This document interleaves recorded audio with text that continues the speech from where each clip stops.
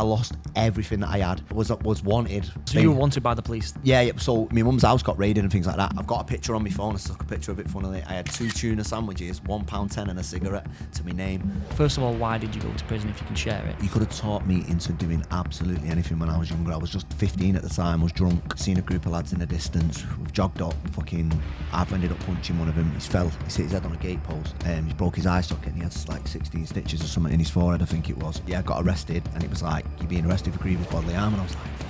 Never really been. I've been arrested for like shoplifting, little shitty things like that. It was never anything as serious as this. Locked up when I was 16, doing my GCSEs in jail. 1 or 2 people that I grew up with who didn't go to prison. Everybody went. Some people have gone. Like some of my mates have got two of my good friends have got life sentences now. It's like just part and parcel of just growing up on the estate, and there's more chances of you going to jail than going to university. Do you know what I mean? So it was just like it was bound to happen. I just never thought it was going to be me. A group of lads got let into the nightclub. We had an issue with. A fight breaks out. It turns out that they've got knives. I got stabbed 3 times. My mate got stabbed a few times. Got stabbed in my hand, in my ribs, and under my armpit there. So you got tissue around your lungs, and it pierced the tissue, and it was making like a whistling sound. Obviously, after I've had X-rays and scans and things like that, they said if it was an inch bigger, you would have punctured your lung, and you wouldn't have made it out of that nightclub. There's like, it's a miracle that you even here. I got a phone call when I was in the hospital saying my friend's body's just been pulled out of the River Irwell. So when we got chased and we got split up, he ran one way, I ran another way, and the police have chased him and he's fell in a river and drowned. So I ended up going to, it was in October, I went to 2 funerals in a week. When they said to me like it's a matter of an inch that you're even here, I thought, fucking hell, something's keeping me here. I've got to find some sort of purpose here now. When you're a kid, and you like me, and like I needed that positive male role model. So if I ever end up having kids, that'll be my purpose, to be the person I needed when I was a kid. A lot of men fight like intense wars and like they're involved in a lot of spiritual warfare behind closed doors, and they've got nobody to speak to, and they don't know anybody who will even resonate with how they're feeling. And then when they see a video like mine talking about vulnerability and saying like, look, me too. So I'm talking about my life, not something that I've read in a textbook. If you want textbook therapy, mate, go to the fucking GP. So say like obviously a person like you comes to you right now, what are the first things that you say to them? I've not got it all figured out because I fucked up, I did this, I did that. It's, you've got to point the finger at yourself. There's nobody left to point the finger at. When you decide to make a change and flick that switch, it's like people say it's you versus you. Well, it actually fucking is. It's you versus the old you. You've got to like kill that person off. If I give you a blank check and said, write me out the worth and the value of a loyal person who really wants to see you win, who's going to be there for you every step of the way, who's going to support you and give you accountability and really push you on and motivate you every single day, and you can talk to them, you're going to get non-biased advice. You could not write that. It's priceless. It's priceless. Most of the things with like this coaching and things like that, it's just somebody to just look at your life and go, this is what you're doing wrong, fucking switch it and do this and this. But it's got to be somebody who you respect, who's passionate, and who actually will keep you accountable at the end of the week. And obviously with you, like, you've done it yourself as well. 100%. That's why people do come to me, because I can, I believe what I'm saying. I don't look like I'm talking shit that I've not lived. I'm speaking from my heart, and I actually give a fuck.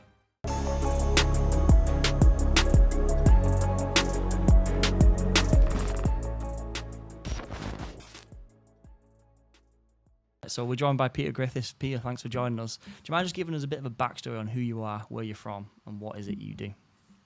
So I come from South Manchester, a large council estate called Wythenshawe. Grew up before social media, so I had to like learn like in the school of life on the streets, doing things what boys do growing up, like getting into scuffles and things like that, getting involved in petty crimes and whatever.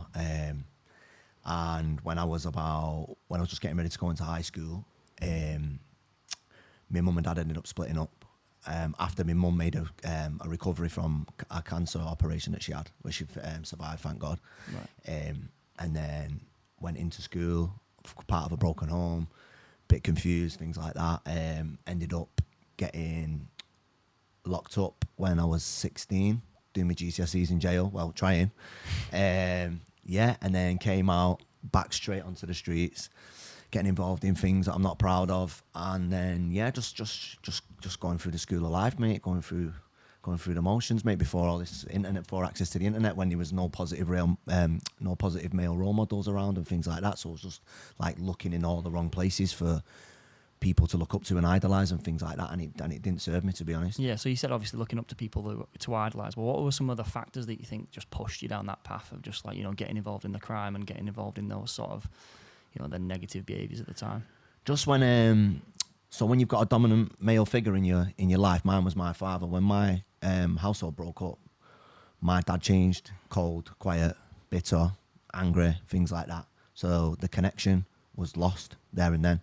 So whatever I used to see in him faded away. So when you're a young man and you're in a position where you naturally look up to people as a young man, because you're trying to find your way, you don't know what it's like, and you're looking at people and you think like that's the way to be. So you're gonna get programmed to become a product of your environment when you go out and when you go outside. You know what I mean? And then obviously it wasn't like now when you see all these kids, they can't wait to stay in.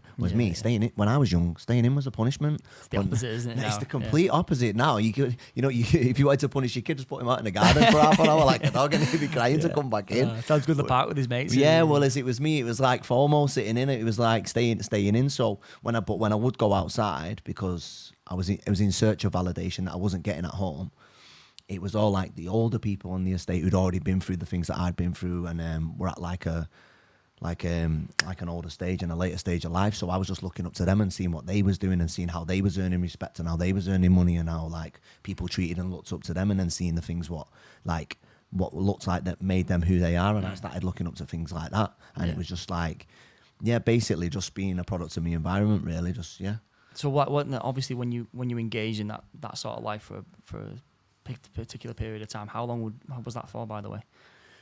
So you came out, I assume did your GCSEs, you said you went back to the streets. In prison, in prison, then. and then you get out, and then it's just like straight, and then before you know it, you're living for the weekend, and then you're going out all the time, and so you just basically you're just on a hamster wheel of just like living for the weekend, because there was nothing there on the streets for us. There was no like opportunities, there was no access to the internet, there was no social media connections or anything like that. There was nobody setting a good example. Everybody that like I looked up to when I was younger was paving a way of like, you party all weekend, like, do you know, and that was the stuff that I was into, do you know what I mean? Like, don't get me wrong, like I love a party now, do you know, but it's not like it don't serve me purpose, like, and it's not aligned with my goals you right don't live now. around it. Yeah. So I just try and stay in and stick to my disciplines and things like that. But I didn't have any growing up, so and there was nobody.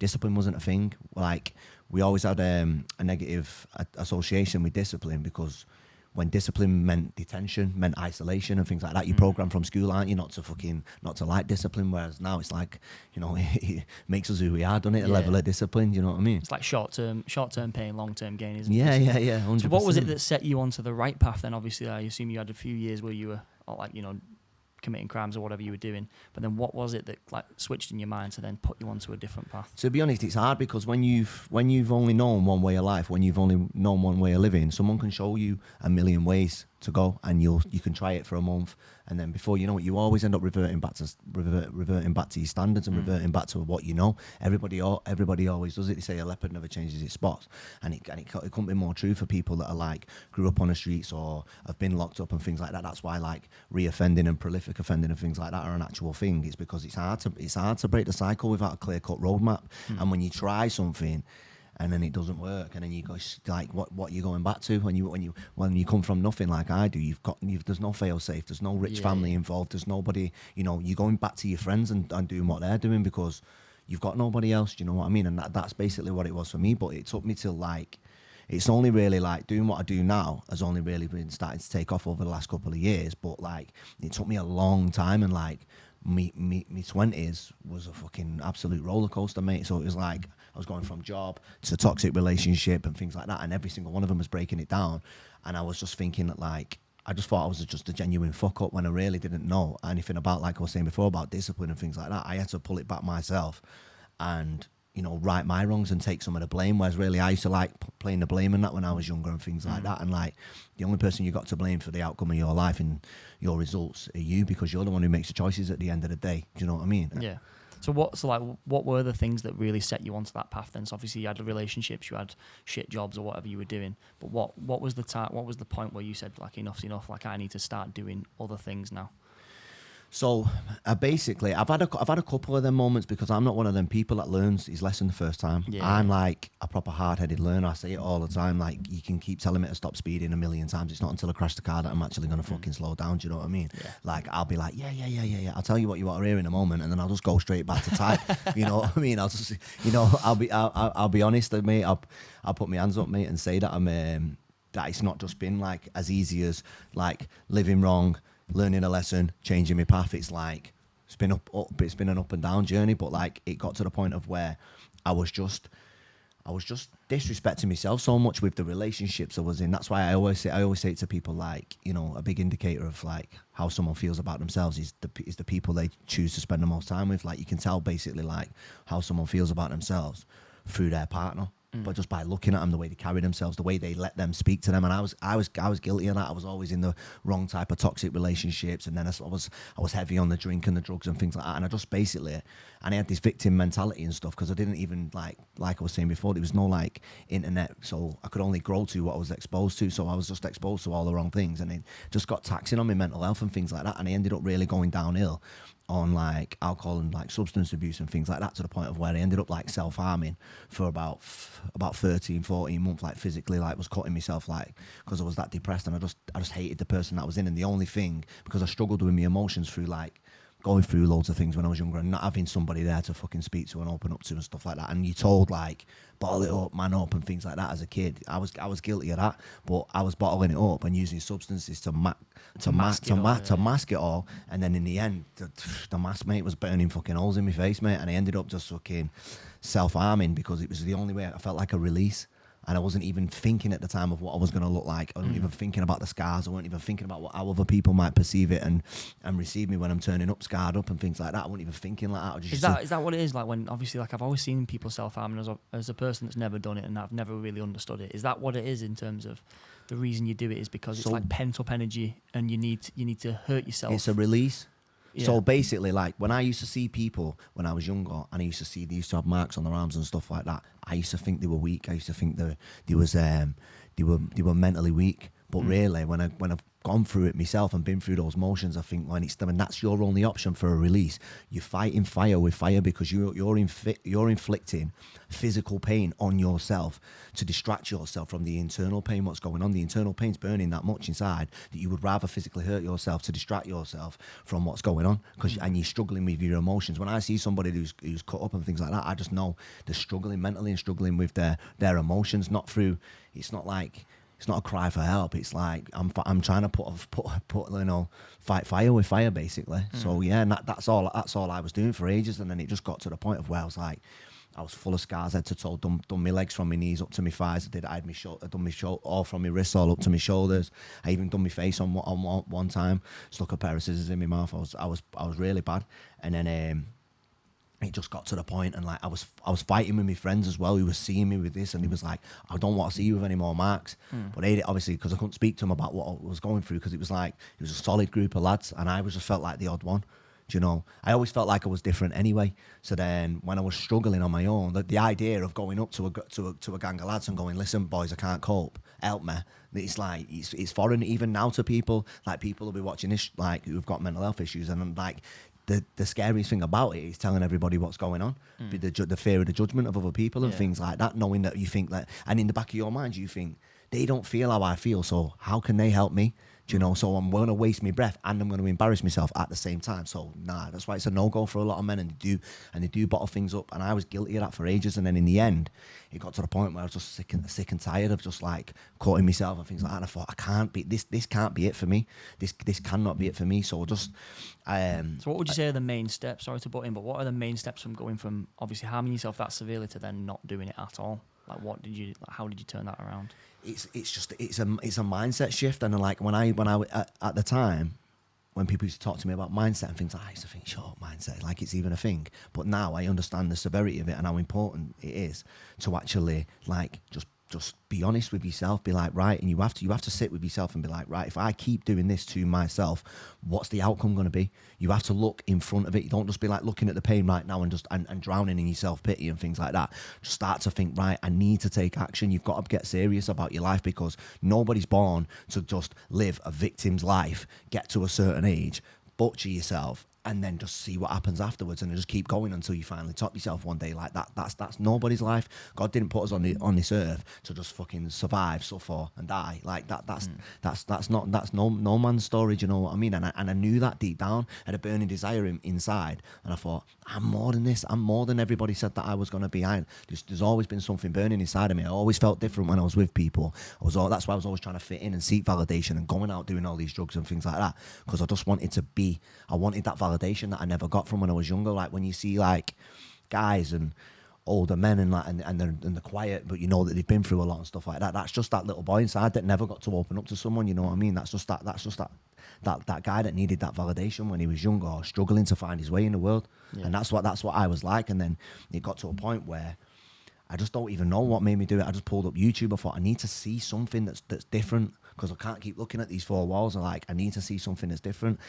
Pulled up YouTube, and the first video that I seen was like we were speaking about it before off camera, was a workout video with a motivational speaker called Eric Thomas from America speaking over it, and it's called How Bad Do You Want It, the title. And I watched it, and I just kept watching it, and every time I was watching it, it was just lighting a fire inside me. And in the end, I ended up getting up and actually going to train, and it just proves and goes to show that as soon as you're exposed to it, as soon as you're exposed to motivation, as soon as you're exposed to that one voice, that one video, everything can change. It's just a flick of a switch in your mindset. But that's why I get a lot of messages on my Instagram now. People say, I needed to hear that. I can't believe you've just spoke like you're in my life right now. I'm going to do this. I'm going to do this. I'm always getting people like having light bulb moments in my DMs and things like that. And I just think, because I know how powerful it can be, because I've been on the receiving end of it, that's why I always try and push it out every single day. So it got to the point where I had to just pull up YouTube and I had to do something. And then I didn't have any money, didn't have any resources, didn't have any friends to reach out to. And like, I used the tool that we've all got access to, the internet, and it served me. And, you know, it slowly but surely put me on this path. Don't get me wrong, it wasn't all uphill from there, like I was saying before. I still made my mistakes and things like that. I still make mistakes today. Yeah. But it flicked a switch. I had a tool then that I'd never had before. I was exposed to something that was like, it used to light a fire underneath me. Do you know what I mean? I remember doing some like research on that, because I remember like going through the motivational things like you did and thinking, well, why is it some days I'm like super like motivated and I'm happy to do whatever, and then other days you're not. And it was a book that I read one time. It was like how to tap into the nervous system. So it talked about the nervous system, and it's basically said if you spend enough time in a certain state, you will basically adapt to the state that you're in. So if you so for example, like running, like I used an example like running. Said when you wake up in the morning, the last thing you want to do is go and run. But if you just get out and spend the first 5-10 minutes doing it, by that first 5-10 minutes, you then want to run, and then by the end of it, you're so glad you did it. And it's just about spending enough time in that in that state to get your nervous system to catch up. It goes into autopilot. Exactly. But it's like, but that's but then also against. So if you sit in bed and stay there, your nervous system adapts to the environment you're in, and you will just stay there all the time. So you have to move. You know, you have to get yourself in that sort of environment. But I just want to sort of go back to, obviously, it sounds to me like you've had a lot of peaks and troughs, but obviously going to prison so young is such a traumatic experience. But what was that actually like? Like, first of all, why did you go to prison, if you can share it? Yeah. And then what was that process like? How long were you there for? Like, what did that do to you?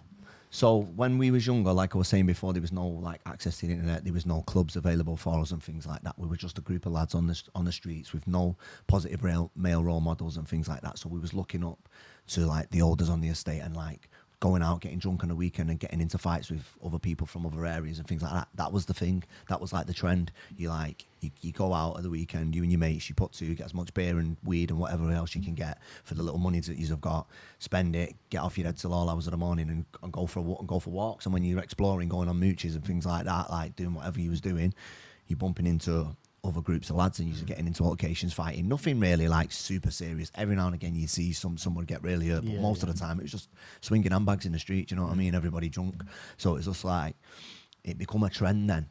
And obviously when I was younger, like, I just thought it was like, you could have taught me into doing absolutely anything when I was younger. I was just wanting to fit in so badly because I didn't have anywhere. Like when my home broke down, for the next few years, I just really, really wanted to fit in. And to be honest, it probably dragged out into my 20s, like just always wanting validation from external sources instead of looking within. So it was getting a habit of going around fighting, like punching people, things like that. And one day, I was 15 at the time, was drunk in the daytime, seen a group of lads in the distance. We've jogged up. I've ended up punching one of them. He's hit his head on a gate post. He's broke his eye socket and he had like 16 stitches or something in his forehead, I think it was. And I got arrested from that. He knew who I was, so it wasn't like, you know. And when I was younger, I was very distinctive, big set of glasses on me. I was just looked like a little nerd. So it's like, it was like it was definitely Felt like a nerd. You would have picked me out in an ID parade, mate, with your hands over your eyes. You know what I mean? So and I remember coming back off a school football trip, and I got arrested, and it was like, you're being arrested for grievous bodily harm, and I was like, fuck. Never really been. I've been arrested for like shoplifting, little shitty things like that. But it was never anything as serious as this. And then obviously, my mum was the only person in my life at the time. You know what women are like, emotional wrecks. You're gonna get years, panicking. So I'm shitting myself. And then it got dropped to ABH. Luckily, because it was my first offence, I got sentenced to 4 months, where I only ended up doing 2. But it was in but 15 years old, like a juvie. 16. I just turned. Yeah, Right, okay. So it was a juvenile centre, and called Hindley, and it was pretty wild. So like you see like 4 or 5 fights a day, like bells going off constantly, seeing like people's eyes getting punched out, people getting stabbed, fucking pool balls over your head, putting tuners in socks, battering each other, fighting in the showers, and just like just madness, just over next to nothing, just loads of ego-driven kids. You know what I mean? And like it was some severe. I seen some people get like severely bullied, things like that. Like it was thingy. I seen a kid try and hang himself as well. I was like, Jesus. So it is rough. Like it's not for everyone. Like unless you know people, unless you've got a good personality and things like that, you're gonna be like highly susceptible to a lot of shit in places like that, and you're gonna have to stick up for yourself. I was lucky, really. But did you get targeted at any point? So me and my friend got locked up together at the same time, and we had this thing like, if anyone starts on one of us, then we both do blah blah blah. First proper day we was out, sat in the sports hall watching these 2 groups play football, and he was a guy, I remember him, he was like 6'5", massive, 18 stone. He was the hardest in the jail at the time. I didn't know. Stopped the football, booted the football across the sports hall and went, "What the fuck are you looking at?" But I didn't even know he was talking to me. I'm sat on a stage, and he walked up to me, and his head was like that. I was on a stage, and he went, "What are you fucking staring at?" And I was like, "Mate, I've never shit myself so much in my life." I went, "I wasn't looking at you."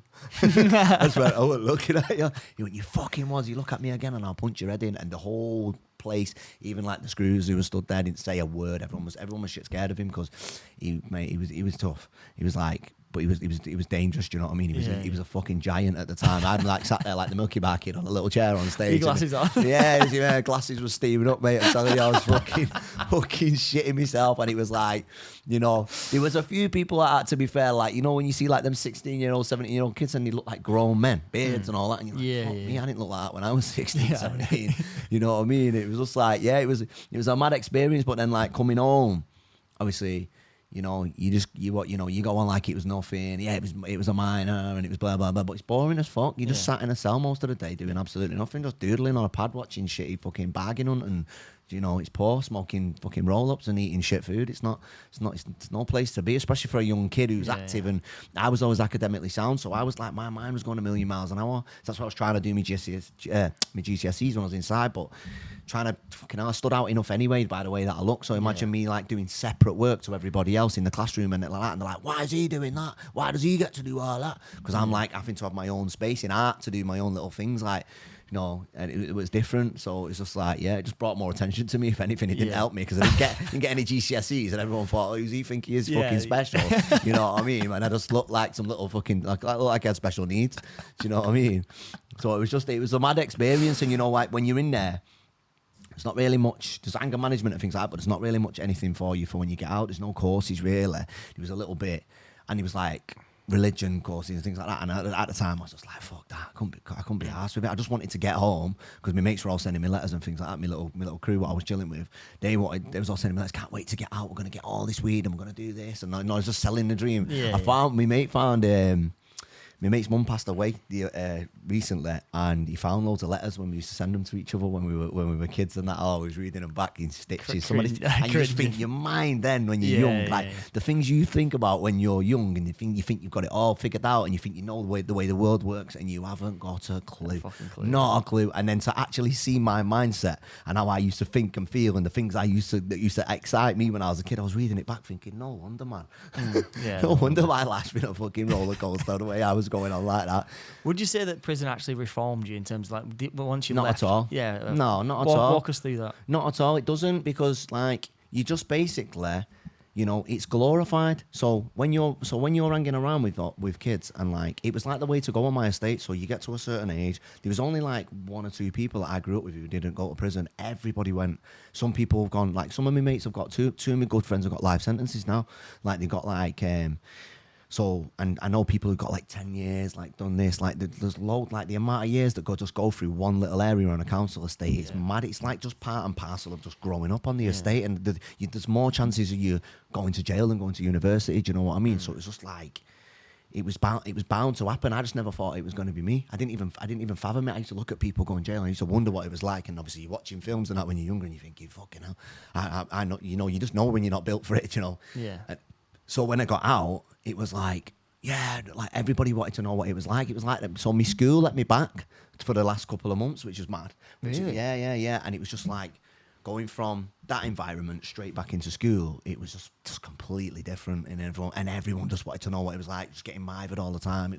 But it was like almost glorified. You had a story then. You had some, you know, if you're a quiet kid and you've just been in the wings and no one really pays you any attention, and you know what I mean, it's like this little story that you went jail for punching someone and this and that. Like you had a bit of a fucking, Yeah, you know, street cred. Yeah, and it was pathetic, but like it was something that I would rather have, you know, bigged up and been proud of than been ashamed of at the time. It was something that was like, it was part of my little story then. I had a little fucking, it was like, oh, do you know Peter went jail? Like, you know, it was like a thing. And then I was like, I was more related to the older kids who I was looking up to, because they'd already been there, and they was coming over to me like, yeah, you went there, didn't you, and this and that, and it was making me feel accepted. You know what I mean? Because I'd actually been to jail, and it's a sad bit of life really at the time. But I don't think it reforms. You know, depending on your surroundings, it would do for somebody our age. Like if you got involved in a fucking road traffic accident and something happened and you had to go and do a bit of time for something or whatever, or you know, if you was involved in an accident and it was your fault or something like that, and you had to do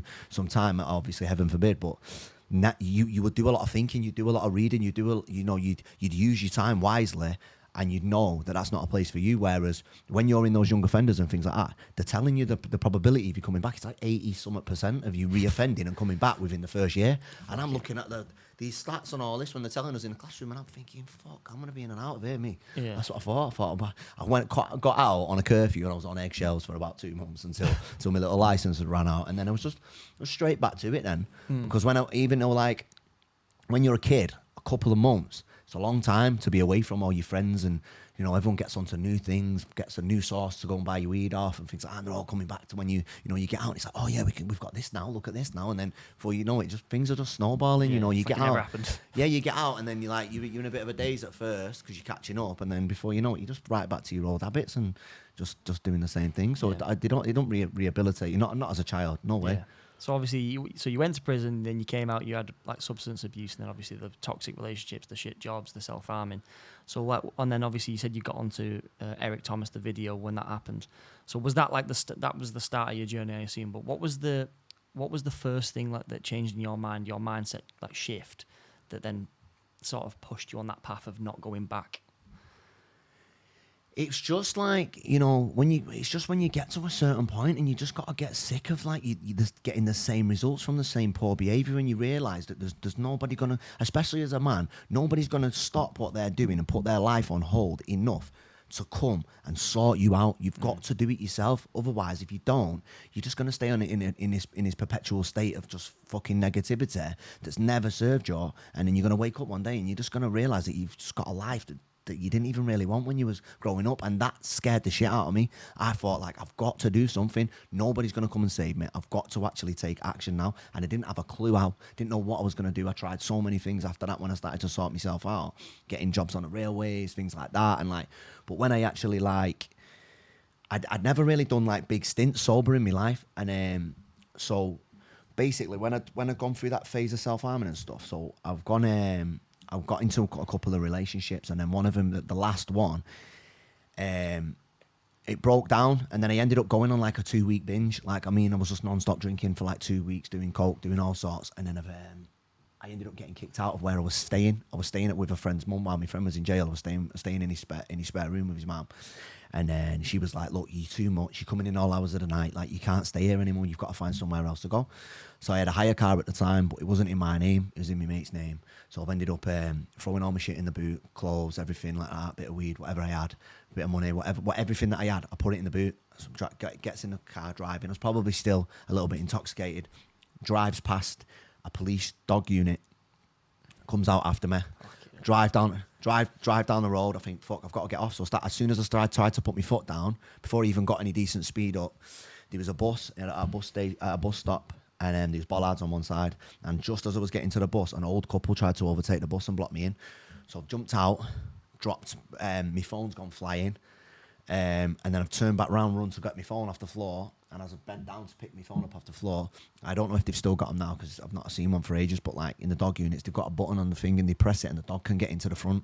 And I've looked up like that and the guy's gone boom, I've seen the dog climbing into the front of the car, like literally looked at it eye to eye like that. I've just gone boom, turned, ran, had to leave my phone, left the car. But I didn't realise at the time because I was that fucked in the head. The reg plate had fell off the back of the car. That's why he was pulling me. See me drive past him in a Jeep with the reg off the back. He went, but he couldn't believe it. But he thought, well, who the fuck's he think he is? Yeah. Straight after me. And in that moment, I lost everything that I had. Was wanted. I had to jump fences, get away from the dog, blah, blah, blah. And then I ended up going back to the ex that I'd just split up with and was like, look, you always said that you'd always have me back no matter what happened. So this is your time to show it type thing. Stayed at her house for a couple of weeks, was just getting spoke to like shit, treated like shit. She was coming in all hours of the morning, pissed, waking me up, just being a fucking nuisance, nightmare she was.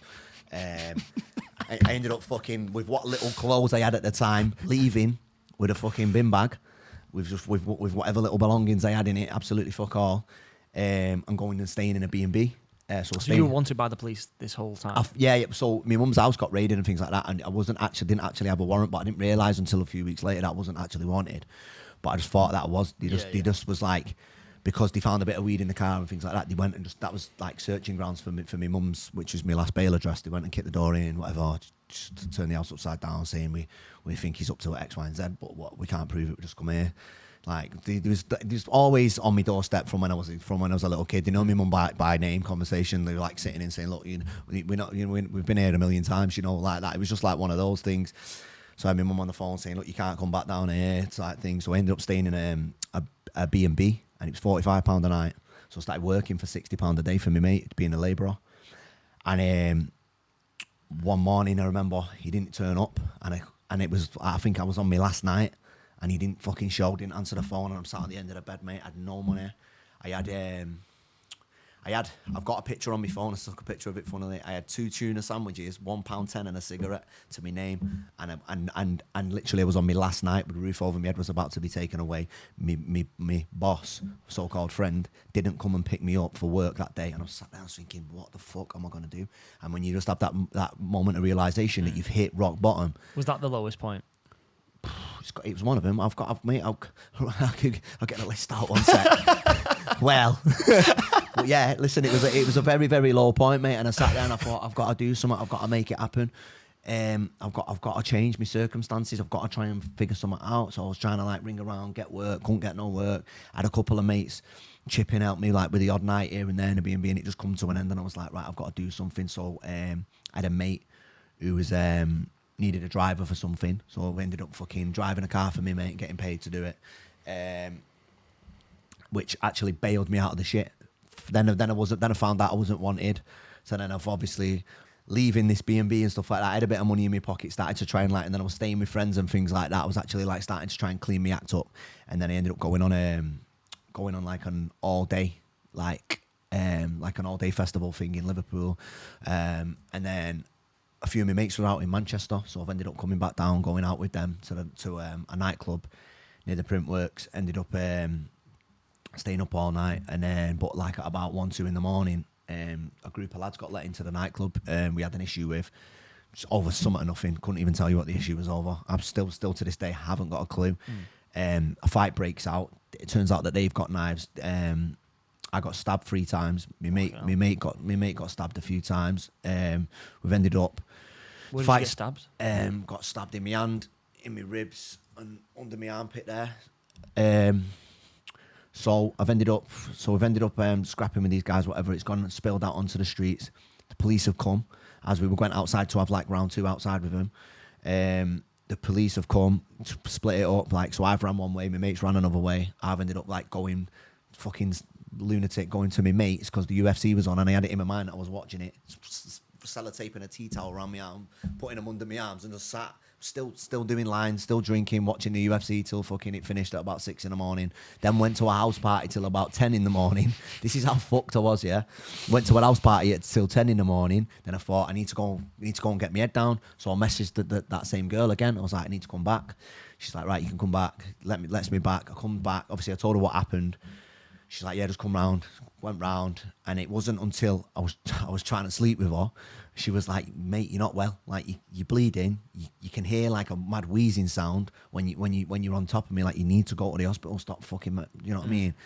And then she ended up like taking me to she got a neighbour over the road to take me to the hospital because I was like getting proper shortness of breath and things like that.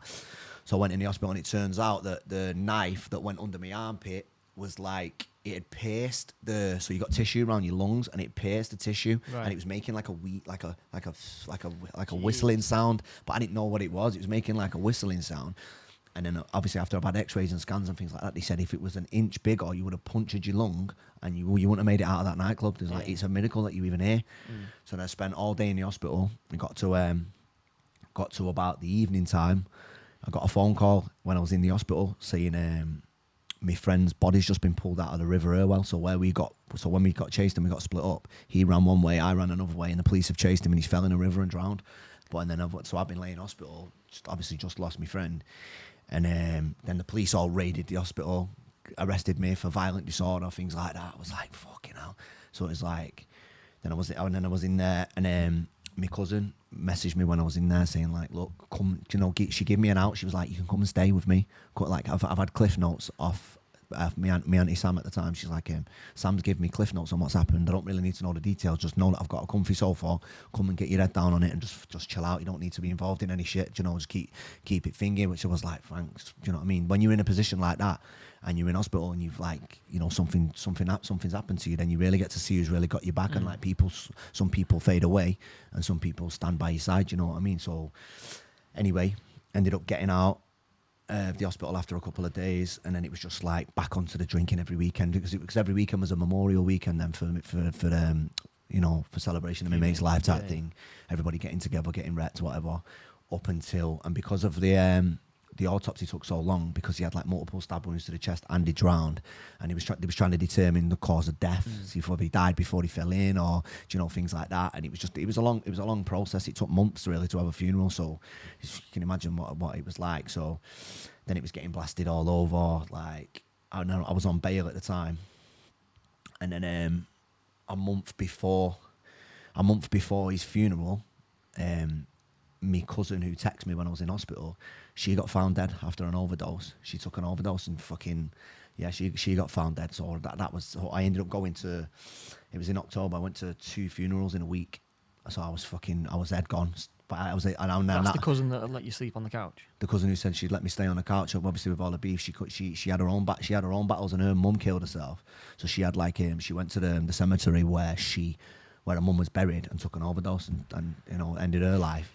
So it was just like, it was a proper shit. So at the time, I was just like, I felt like it was just snowballing badness again, do you know what I mean? And I just thought, I've ended up going to, and I was on bail at the time as well. So I had to go and run a trial after this. So after the funeral and things like that, it went on for 10 months, the bail, and like answering bail, going back, watching the CCTV over and over again, like just loads of shit. It was a proper shit show the way they handled it.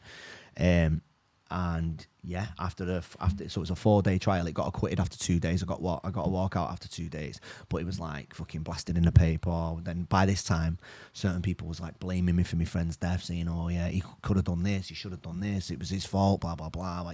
Which I understand. Like everybody, when they're grieving, you can't tell someone how to grieve. People like to play the blame game. It makes them feel a bit better. They're projecting frustration and anger and things like that. And I was an easy target. I was weak. I was fucking strung out on drink and coke and things like that. I didn't have any backbone. I was just rolling with the punches, just getting trodden on by life. So then it was just like, yeah, just kick him when he's down type thing. It might make you feel better, whatever. Like, I would never do it myself, but I can understand why they did that. So there's no animosity there. But then when it got to the point when the trial ended and things like that, I just thought like, I actually found out that like I got to see who my real mates were, you know, because some people stood by me, some people didn't. Some people turned their back on me, some people, you know, had a few altercations with people. Not a lot of people was really there for me. So I got to separate myself from all my old peers and things like that. And you know, I'm all for like still loving people from a distance, you know what I mean? So I was just like, I broke away and I actually started to think, what am I going to do? And I thought, I'm slipping back down this slope of depression and things like that. I'm getting back into the alcohol and, you know, getting back into the drugs, and I can feel my mental health slipping and having those thoughts again about like taking my own life and self-harming and things like that. But like one of the promises I made to my friend when he died, that I would never do that ever again. I was already on the blink of never doing it ever again anyway, but like, because we used to physically fight over it. If he saw a mark, he'd throw a punch at me before he said anything. Do you know what I mean? And I'd forget sometimes and not wear a jumper in front of him, and they'd just get poof. Yeah. Like, do you know what I mean? And it just we'd end up rolling around on the floor. Me and my master were upstairs and split it up. Like, we're fucking 26, 27-year-old men rolling around on the deck. Do you know what I mean? Fucking, it was one of them. So it's just like I made a couple of promises to him when he before he passed type thing. And obviously I stuck to them anyway, but it's like, yeah, and then it got to a point where I was just like, right, I can't keep going down. And sometimes, like, after a load of things happen, like, it's not like, there's two types of people, like, someone can just have something happen once and you'd be like, whoa, it scares them and it completely changes the trajectory of their life. Whereas me, I'm like, I have to just be drowned in shit. I need to just be absolutely just suffocated with problems to a point of where I go, I can't take it anymore. I'm sick of this. I need to change. And then it sparks changing me and sparks action and things like that. So then it got to a point now, and I thought, I'm going to have to start assessing what I'm actually fucking good at here. Otherwise, I'm going to end up dead.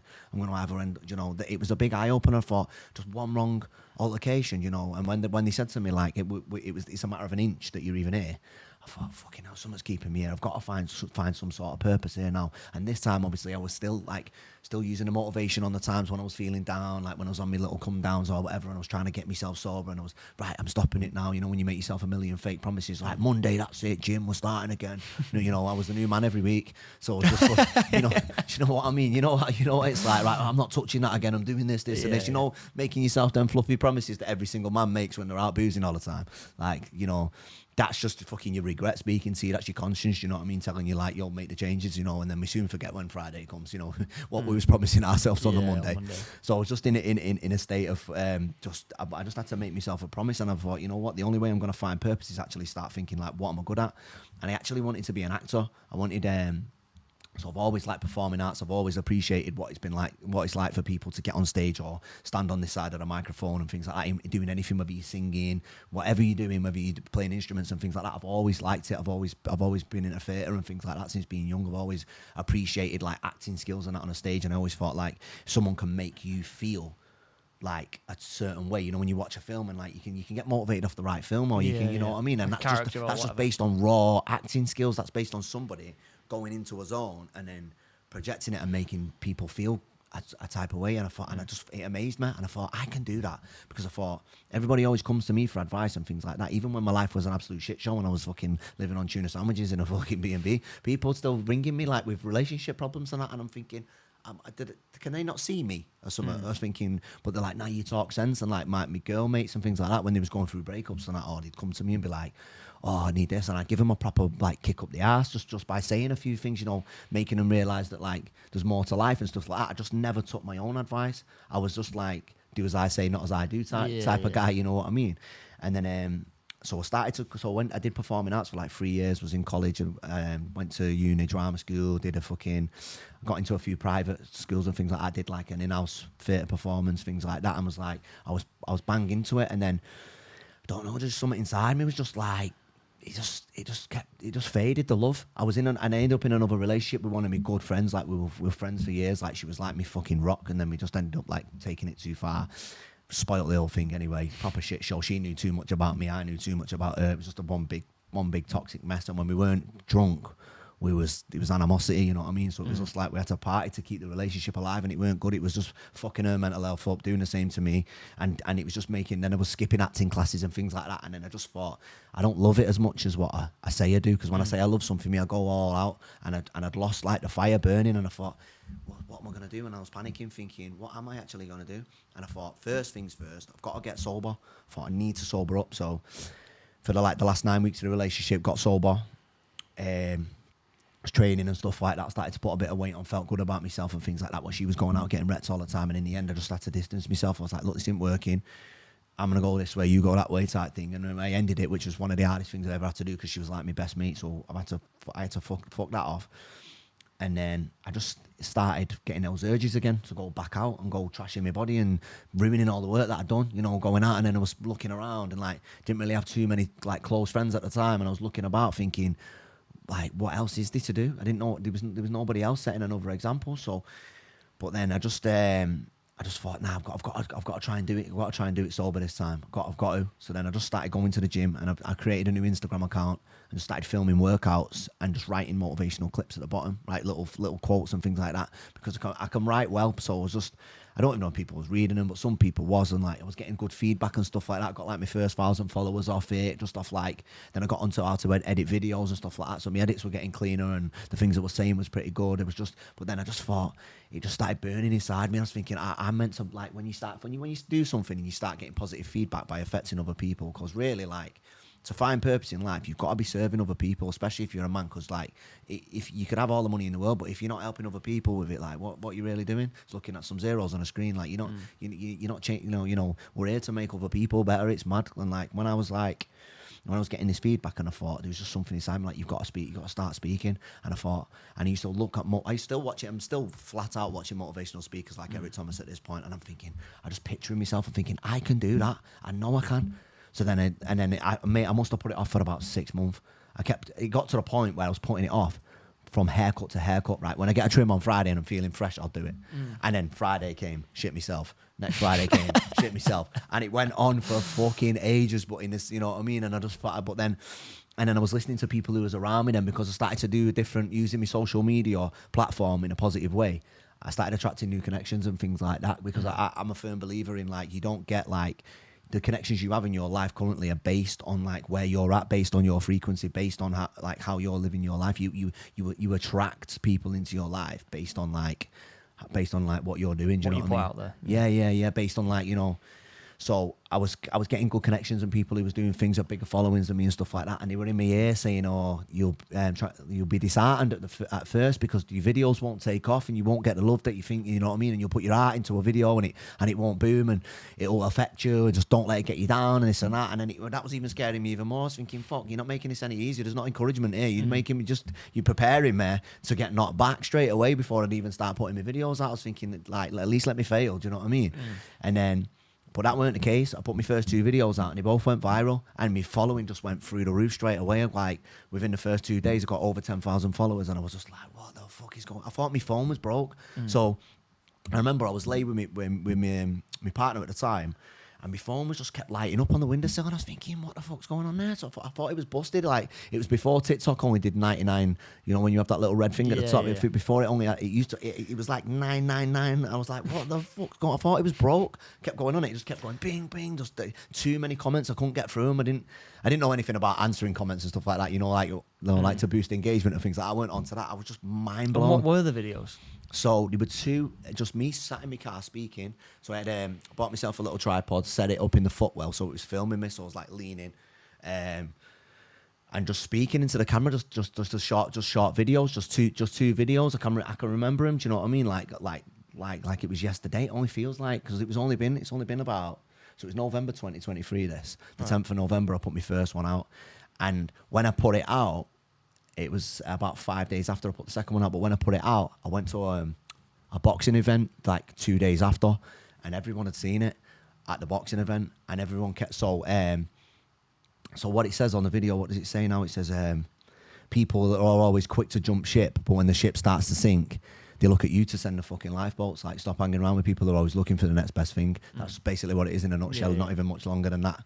And every time when I was walking around the thingy, everyone was going, He's sending the lifeboats, like, just like Yeah. making a crack about the lifeboat lines, you know what I mean? And I was just thinking, and it was making me like a bit like nervous, you know what I mean? And a bit like feeling uncomfortable at the time. But then some people were saying, I like it. I was getting loads of positive feedback. Obviously, there was people who known me for years, was having little cheap shots and stuff like that, which kind of threw me a bit. But you just got to, if you're going to do something like that and you're going to start putting yourself out online, you're just going to have to expect that first and then just learn how to channel it and just know that they're probably just looking at you thinking they could never fathom them doing that for themselves, so that you're doing something that they don't even possess, so they're obviously going to have like an adverse reaction, do you know what I mean? And it was just like, it was good, to be honest, but it just changed my life as soon as I started. As soon as you start, that thing that you build up in your mind, you can put so much pressure on yourself. And really, boy, it's like you were saying before, it's just a matter of starting. We build up so much anxiety in ourselves and so much worry about starting the thing. It's that the worry's about starting. Do you know what I mean? Not the actual process itself. It's like, it's like once you get going, you get that momentum, don't you? 100%. It's just the fear of starting and the fear of judgment of other people. As soon as you let that go, and you can just take off running, it's mad. So when people message you about like obviously shifting their mindset, what is like what do you say is the main thing that people struggle with their mindset?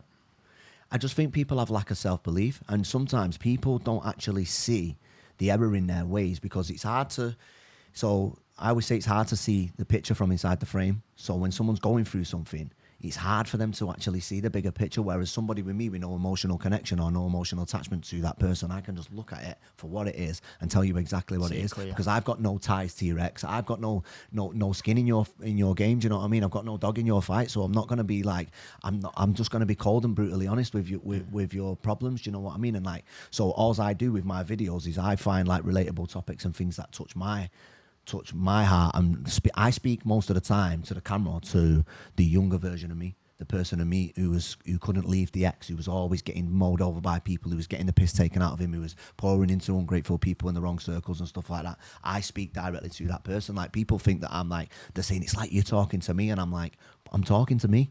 I'm talking to that lost fucking alcoholic who was trying to find his purpose and things like that, and was just letting people treat him and do him any kind of way that they wanted to, and just letting him get away with it. You know what I mean? I didn't have any standards and I didn't have any boundaries and stuff like that. I'm speaking to people because a lot of people don't have standards and boundaries, so it's very easy for my messages to resonate, because they're like the main cause of my messages. Set some standards, pour into your own cup, and actually, build yourself up, and you'll be surprised at how much your life changed. What separates people with a strong mindset and a weak mindset? Is it those like you said about setting those sort of boundaries and things like that? What else is it? I don't think that. So I think like a strong mindset, it's like I was saying, you can only grow to what you're exposed to. So once you actually see like a different perspective, you can't unsee it. Like it's just like a moment of realization. Like, I didn't always think the way I think now. Like, anything that used to happen to me, I used to think, why me?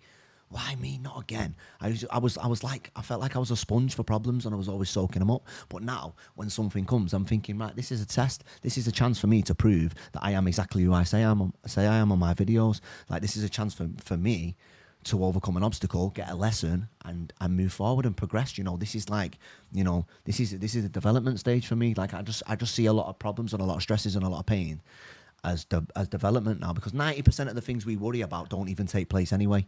It's something like that. I swear I've seen it on it. Yeah, it's about 90% of the things we worry about don't take place. So basically, like, you sat in a state of worry when really, like, everything always works out. Like, whichever way, even though sometimes you don't understand it at the time, even though sometimes it might hurt and it might sting, life just has a way of like shaping itself. Yeah, and you always end up okay. You never end up as bad as what you think you're gonna. You never end up in a proper shit state. Like right now, when bad things happen in your life, how do you deal with them now compared to how you dealt with them before? Would you say? Still do you know what? Still the exact same, but I don't have that victim mentality. Like, things still, like, everybody sees like the motivation, the outspoken person, the guy who seems like he's full of confidence and full of beans and full of passion and aggression and whatever you want to call it.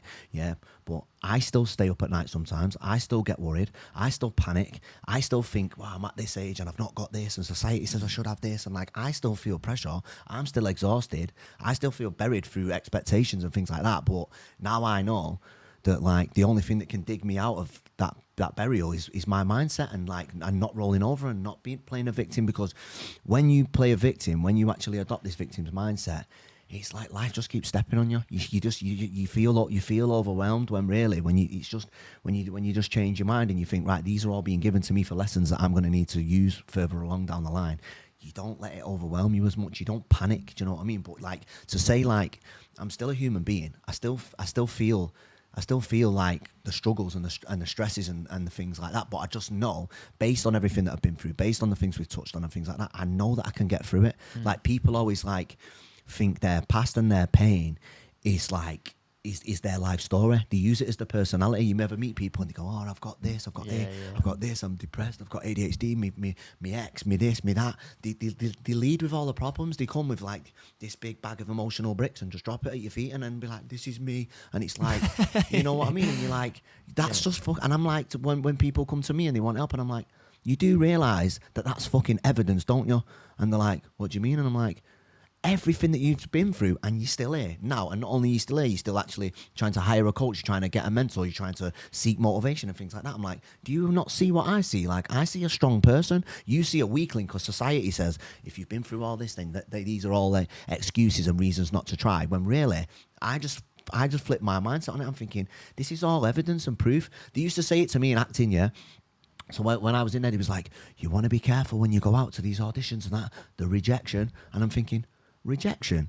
I'm thinking, I've been starving, sat in a B&B, mate, £45 a night. We're working for £60 a day, living off £15 a day, and the person didn't even fucking turn up. And I'm sat on the end of the bed, mate, like that, thinking, where's my next meal coming from? Talk to me about rejection. Are you mad? So I just thought, that's absolutely nothing. I've been to fucking gladiator school. Like, I don't need, you know, you think your little rejection and things like that's gonna bother me. I'm built for it. So then, like, that's what I do with people. I always make sure I try and shine a light on the things that they've been through and be like, that's fucking evidence. Stop making your pain your personality and understand that that's evidence that you've got resilience. Like, I love it when people think that, like, when they've got like a set amount of money or a set amount of like achievements and things like that, they think they can come against somebody like me who's comes from a rough background. I think you when it gets nitty gritty and the stress comes, mate, and your hair starts falling out, it's only going to be me that's going to be stood up. You're going to fucking fold under pressure because you've never had it. You've had your ass wiped for you all your life. Do you know what I mean? Yeah. So go on. So say like, obviously a person like you comes to you right now. What are the first things that you say to them if they're saying, you know, like, I've been to prison, I've been overdosing, I've been alcoholic, whatever, like X, Y, Z.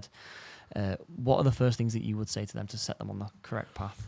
It all depends, because I get women that come to me and men that come to me, and you've got to it all depends on the person. Some people you can't just punch them straight in the gut straight away. You have to kind of ease to it. Some people you have to like lift them up a little bit and think you like that. Whereas I'm like just straight talking. People, if someone comes to me, they know what they're gonna get. They're not gonna get fucking, oh, really? I assume that doesn't go down very well with women then. You'd be surprised. Really? I swear to God, yeah. So when I first started building my community, like, some of like my best clients are women. They're absolutely amazing. Like one of, like, I've got a top relationship with women. Do you know what I mean? I'm not for all of them. Like, I'm not, but like, somebody said to me the other day, like, why are you so aggressive? And I'm like, this is passion. This isn't aggression. What are you talking about? This is just passion. I'm talking about my life. I'm talking to me when I was younger and I was an alcoholic fucking loser who was getting walked on in relationships and things like that and did not know my self-worth and did not know my own value. I'm highlighting that for other people like me, people who are in that mindset. I'm passionate about it. I give a fuck. And you can see it when we're spitting all over the fucking camera in the car. Like, I'm not going to be sitting here like, right, and reading it from a fucking script. I'm talking about my life, not something that I've read in a textbook. If you want textbook therapy, mate, go to the fucking GP. Yeah. You know what I mean? So walk us through that process. Give us the male version and then give us the female version. Now, like you said, everyone's obviously different, so we'll have to tailor it. But give us the general male versus the general female. When a man comes to me, when he's a grown man and stuff like that, 9 times out of 10, they've got kids. So they've got kids. They've been in a toxic relationship and things like that, and they come to me and they're like, look, she's giving me shit, or my relationship, they might still be in the relationship and this and that, or she's using the kids as a weapon and this and that. And I'm like, look, well, you've got a fucking choice to make. I'm like, your kid deserves the fucking best version of you. I'm like, if I spent a week with you from today, if I said, right, I'm going to put the phone down and come and stay with you for a week, would I be proud of you by the end of the week? Would I say, right, you've got this sewn up? Or would I be like, you're a fucking slob, you need to get up and start fucking fixing up? Your kid does not deserve a lazy fucking fat cunt of a dad who smokes his head off every night. He deserves a fucking superhero. Are you the best version of yourself as your kid? Would your kid be proud of you? Are you the man that you needed when you was little? Like, no. I'm like, right, well, that's your purpose. And anytime you feel like falling off, anytime you feel like running away, picture your kid's face, because that kid deserves the fucking 10.0. Dad's like, when you're on the playground, when you're a kid, it's like, my dad will batter your dad. My dad's bigger than your dad. My dad's got a better car than your dad. I said, do you even want to be in that conversation? Or do you just want to be, I've not seen my dad in 6 weeks and all he does is cry on the phone to me mum. I said, do you know what I mean? I said, are you going to man up and actually be the person? I said, because that's your purpose now. I said, you should have thought about anything else before. Like, don't worry about the fucking baby mama drama and all that fucking whatever you call it, fucking the BMs is a fucking bitch or whatever. I said, you chose that woman. That's it. You've got a kid now. Forget about her. Forget about your little feelings and be the person that kid deserves. Because when you're a kid, like, and you like me, and like I needed that positive male role model. So if I ever end up having kids, that'll be my purpose, to be the person I needed when I was a kid for my child. And that's what every man who comes to me with kids gets told straight away. And they're like, and it sounds so simple, me saying it to you now, like, of course that's what you should be, but when you've been through a toxic relationship and this and that, you're not your mind's warped, isn't it? Like I was saying before, you can't see the picture from inside the frame, so when you're in the storm, you can't make no sense of it. So you sometimes, most of the things with like this coaching and things like that, it's just somebody to just look at your life and go, this is what you're doing wrong, fucking switch it and do this and this. But it's got to be somebody who you respect, who's passionate and who actually will keep you accountable at the end of the week. And obviously with you, like, you've done it yourself as well. 100%. And I've got a lot of like relatability and things like that. That's why people do come to me, because I can, I believe what I'm saying. I don't look like I'm talking shit that I've not lived. I'm speaking from my heart, and I actually give a fuck. And if you come to me for help, you're gonna get the best of me. You're not gonna get like, if I choose to help somebody for free, or somebody pays me hundreds of pounds to do it, I'm still gonna fucking give you the absolute best help that I can possibly give you myself, because my name's attached to it. And you know that by watching all my videos. I always say to people, go to my page and get some free content, soak some of that up, that'll fucking help you. Do you know what I mean? Free content will change your life. But if you want to take it a step further, and you don't want to be a fucking just another statistic, and you don't want to be a fucking loser, and you actually want to be like a bigger and better person for your kids or whatever, then come to me and we'll get a plan together. How effective is that pep talk that you give to those men? Like, it fires them up 100%. It fires up the women and stuff like that. And it's always like, so the one-to-one people, so like my one-to-one clients and things like that, they always say when they have a break from the one-to-ones, shit starts going wrong. And I'm like, it's the accountability. It's not about like it's having somebody you respect keeping you accountable, and that's it. So I've got a level of responsibility. If you come to me, like, I've got to stay on your ass, because if you fail, I fail. Like, you know what I mean? Like, it's not like you literally like you take on their life as yours. Like, I'm taking on your problems. It's not like, I always say to them, it's not a hierarchy thing. It's not teacher and student. It's us, your problems, and we're getting through them. We're a team. Do you know what I mean? And like with guys, a lot of men, like I was saying before, like they've not got solid mates in their life. They've not got solid people in their life who they can depend on and rely on and stuff like that. And like I've got like proper low ticket communities where it's like £30 a month, and I'm like, if I told you now, if I give you a blank check and said, write me out the worth and the value of a loyal person who really wants to see you win, who's going to be there for you every step of the way, who's going to support you and give you accountability and really, really push you on and motivate you every single day, and you can talk to them, and you're going to get non-biased advice. You could not write that. It's priceless. You couldn't write the amount down. When I'm like, well, I can put you in a fucking chat with them every single day for £30 a month, and you get me, and every week we get on a call, and we've got meetings every week, like every Sunday, like tonight I've got a great sales pitch. I've got a call and stuff like that. Like every single, it's just facts though. You know what I mean? It's like, but to be honest, like, it's only a sales pitch to somebody who wants to fucking buy it. Yeah. You know what I mean? It's only someone will listen and go, wow, really? That's right. Do you know what I mean? But most people don't. They'd rather roll over and spend the £20 on Netflix and the rest on a takeaway. You know what I mean? Like for less than your fucking Uber Eats bill a month, I can get you solid connections, but you have to want to change yourself. So like when guys come to me, like, they want the change, because it takes a lot. Like, people have egos and stuff like that. For like I was saying earlier on, the thought of going up to people and saying, I haven't got it figured out, like, I need your help. Like, a lot of men won't do that. It's a pride thing. Do you know what I mean? We're like, or like an ego driven thing. Like, you don't want to appear fucking clueless and helpless and things like that. But like with me, you just get a non-biased, like, the door's open. People always say to me, like, what's your ideal client? Who would you rather help? And I'm like, just people who want help. Yeah. I don't care if you fucking black, white, green, purple, fat, small, tall, whatever. If you want help, it's there. Do you know what I mean? Yeah. But with women, it's like, I was about to say, we've heard the male version, but give us the female. So the female version is similar, but you just have to be careful how you word it. Like I call like don't get me wrong, like I'd call somebody like you. I can be more direct, but I'm still the same person. I'm still me. I'm still like, you know, I'm still myself, and it just depends on because you get a lot of women that come to me like they've been through like domestic abuse and things like that, and like it's hard for them to open up and speak about it and stuff.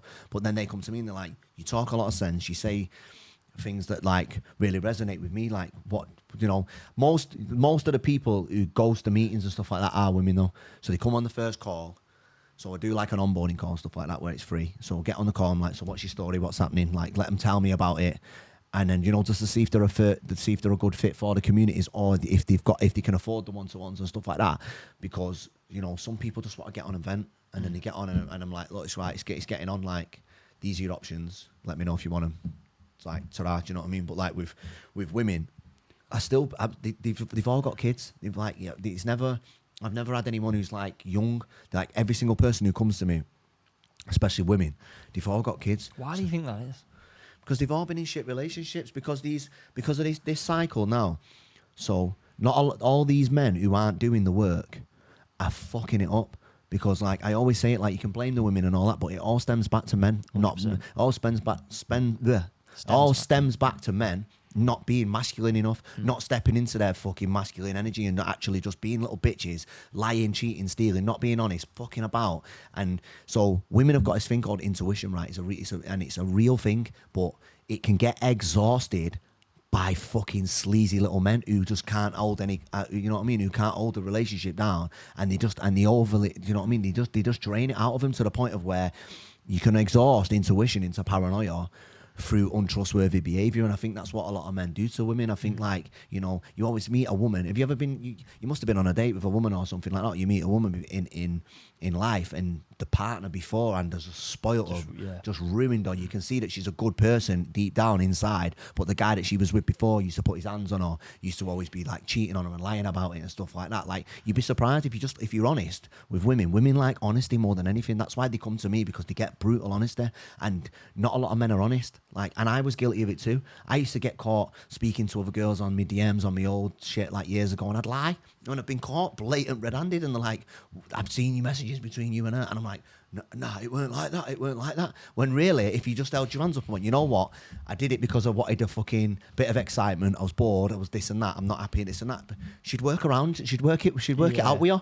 But because we're like, whoa, and especially when you come from a life where I come from, a council estate and stuff like that, you taught to, when you get caught, don't admit to anything. Never hold your hands up. Never. But even if you get caught red-handed, it wasn't me. You lie through your fucking teeth. You're innocent till proven guilty. Do you know what I mean? Like that. That's just the mindset that we adopt. So then when it spills onto later on in life, when you're getting in relationships with women and stuff like that, and that's what I end up meeting a lot of these women whose intuition has been exhausted by fucking idiots, and it's just turned into paranoia, and it's spoiled the character and stuff, and then they become so paranoid that they forget about their own identity, and they become so unsure of themselves, and they think that because they're always getting told that the things they think and feel are wrong by a liar, then they're questioning themselves all the time. They're always doubting the way they think and feel and stuff like that, and they're always asking. They need validation more than anybody in the world, because everything they'd ever brought to the table has been shot down by a liar.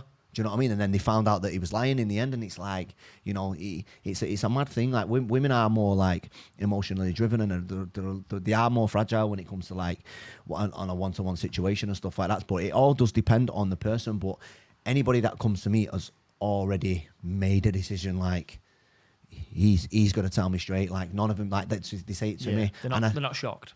Yeah, no, they're not shocked, and I couldn't shock them. Like when we're on the calls and stuff, and we're speaking and things, I say some certain shit, and it's a bit fucking, you know what I mean? It's not your typical life coaching, and then we just end up laughing, and I'm like, look how professional I am, but because I get so passionate about their problems, I'm ended up fucking, I'm shouting and fucking saying, do this, do that, and swearing and this and that, and I'm like, you know, it's just real people with real problems that need realism and real help. Really, that's what it is. So obviously with the men, you mentioned obviously getting in like being in shape and obviously being the hero to the son, etc. But what do you tell women to do then? Like, what's the difference? Because I assume it's different. It is different because women spend the most time with the kids, especially single mums.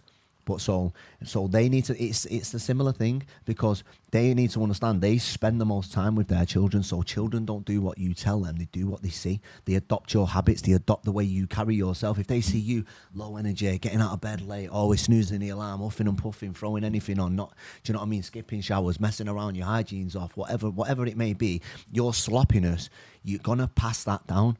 And it's the same with any parent, not just women, but men as well. Like, if you don't deal with your insecurities, if you don't sort yourself out, if you don't sort these sloppy habits out, if you don't get over your lying and your cheating and your lust and your bullshit and your lack of character and your lack of morals, you're gonna inherently pass that down to your kids. Like, your kids are gonna take those habits, and then you're just carrying on a generational curse. You know what I mean? It's up to you to unpack your own bullshit, unlearn all your own bullshit, so your kids don't adopt it and pick it up. And I say the same thing to men and women, because it's one size fits all when it comes to that. But women spend the most time with the kids, so it's like, you need to show especially when you've got daughters, I'm like, you need to show your daughter how to be a fucking wife, how to be a fucking queen, how to like not take shit and not bring the wrong boys home, and set an example and show her that even if you are unemployed, like I've just got a client who's just lost a job and she's still getting up in the morning and taking her daughter gym.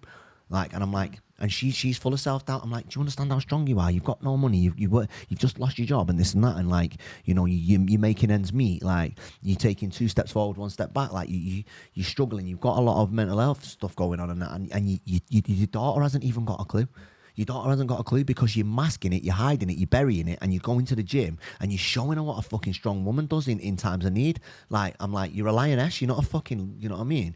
You're not a gazelle, you're not getting rolled over. Like, you're actually just, making the best out of a bad situation. And that is a powerful thing to pass on, especially from woman to a young woman. Do you know what I mean? So, but like, the thing I see a lot of the time is when people get told what to do, whether it be men or women, why do you think it is that even despite them knowing what to do, why do you think a lot of people don't do it? Because it's just like, I don't know, because it can be down to a number of things. It can be lack of self-worth, lack of self-belief. Like, you've got to actually believe that you're worth it. Like, everybody knows what to do, but if you don't believe in yourself, or you're fucking lazy, a lot of people are just lazy, bro. A lot of people like really just don't, comfort destroys absolutely everybody's drive. It like takes away your self-belief, takes away your confidence and stuff like that, because it's easy to just roll over and like order something off your phone and just put the telly on and not really try and take your foot off the gas and if you fall a little bit behind, you feel like the world's moving that fast out there, and you pull up your social media and everybody else's highlight reel looks like their real life, and it's just all fabricated bullshit. Before you know it, mate, you've slipped into a comfortable laziness. So, and I think like, and in that comfortable laziness is where like depression and things like that breed, and where like, you end up growing like this, a lot of self-doubt and self-belief, because you're not achieving fuck all. But that's where the accountability comes in. Sometimes that's why you need that kick up the arse. You need people to like hold you accountable to the things you say you're going to do. And how you lose your self-belief and your self-worth is when you say you're going to do something, which this is what a lot of people are guilty of. You say you're going to do something and you don't do it. So your word to yourself in your subconscious mind hears you say you're going to do something. You don't even believe in yourself. So that lack of self-belief just transpires, and then before you know it, your self-esteem goes through the floor, and then you're in a shit state. You know what I mean? And that's what happens to a lot of people. Yeah. When those people come to you that are in like those sort of low self-belief, like sort of periods or whatever, to the point where they're very, very hard to pick up, like what are the steps there to like get them from literally 0 to 10? Small things. Small daily habits. You've got to like chime in. Like, people underestimate the power of a morning routine. A morning routine will change your life, because if you can get up, everybody can get up an hour earlier. Everybody can get up an hour earlier a day. And in that hour, it's what you're doing. Don't jump up straight up and just sit in bed and just be up because I'm up. Like, yeah, I'm up at 5, but I'm just up doing nothing, just scrolling on my phone. Make a little plan. Do things that are going to stimulate your brain and your mind. You know what I mean? And like actually like absorb some positive content, and make a few different changes. It's all small steps. It's nothing massive. People are always waiting for this big thing, this big change, and it's like, you'd be surprised. It's your small daily habits. When you say you're going to do these little things and you keep doing it, if you're up, so let's say you get up at 7, you start getting up at 5, and then within them 2 hours you're reading, you're stretching, you're listening to some positive affirmations, you're listening to a motivational speaker, you're journaling, or you're writing some fucking, you're writing some like thoughts and feelings down, whatever it may be, a bit of journaling, and then like before you know it, you've stacked up loads of wins before everybody else is getting out of bed, and then that sparks confidence in yourself. Like, there's no better feeling than like driving to the gym when everybody else is asleep and you think, I'm one step ahead of all you cunts. Yeah. Do you know what I mean? Like, that's just how, you know. So, but not everybody can do that straight up fight on the 5 a.m. thing and stuff like that. It is a lot to ask for a lot of people, but then it's like, you've got to. I ask people to lay down their whole day, like what does a day look like? I had to get them to tell me. You know, you just got to ask questions yourself, and then people will tell you all the areas that they need work on, and then, you know, you just help them, just nitpick and things, and like, you know, you can change that here, you can do this here, and you've got to work around, because some people like our full-time mums and stuff like that. But for the majority of people, it's just your small daily habits, and they can snowball, and before you know it, like, you know, it takes like, what they say, it takes 21 days to break a habit or something, and 21 days to form a habit. Yeah. You can. So all you've got to do is just stay on them and be like, look, you've got to just like, I know it's hard. Listen, the first 2 weeks starting anything are absolutely fucking horrible, horrendous, mate. The first couple of mornings at 5 a.m, you're like stumbling around like a fucking zombie. Yeah. But when you actually make it a standard and a non-negotiable step, what you need to be doing every single day, it gives you power. Yeah. And it's like, I can't explain it any better than that. Like, once you set a standard and you say, like, this is what I do from now on. I get up earlier than everybody else. I read positivity. I consume positive content. I don't do this. I don't sleep in. I don't eat shit. I'm not up all night scrolling. Like, you know, you've got to just be honest with yourself, and like, what does the fucking 10.0 self do? Like, what do you do? Are you a slob? Are you doing this? You know what I mean? Like, you know, you've just got to fucking, it's a removal process, mate. It's just removing all the bad habits out of somebody's life and then giving them a clean slate and saying, right, fill in the gaps with this, and this. Yeah. A lot of people, if you just removed all the shit that they do, they'd have a lot more fucking confidence and a lot more self-belief and a better peace of mind. Yeah. One thing that is massively underrated, and I definitely agree with, is that morning routine. So, like, what is like your specific morning routine? Do you have a specific one that you do? To be honest, as it stands right now, I've not really. I used to get up at 5 o'clock. I'm gonna get back. I'm gonna start Monday. Yeah, so I'm gonna start tomorrow. But back on my 5 a.m. stuff and that. So if I was gonna get up in the morning, first thing I do, get me electrolytes, hydrate, things like that, get a coffee made. I know they say wait 20 minutes for your caffeine and all that. 90 minutes. Fuck off. All that, mate. I'm just caffeinated all day.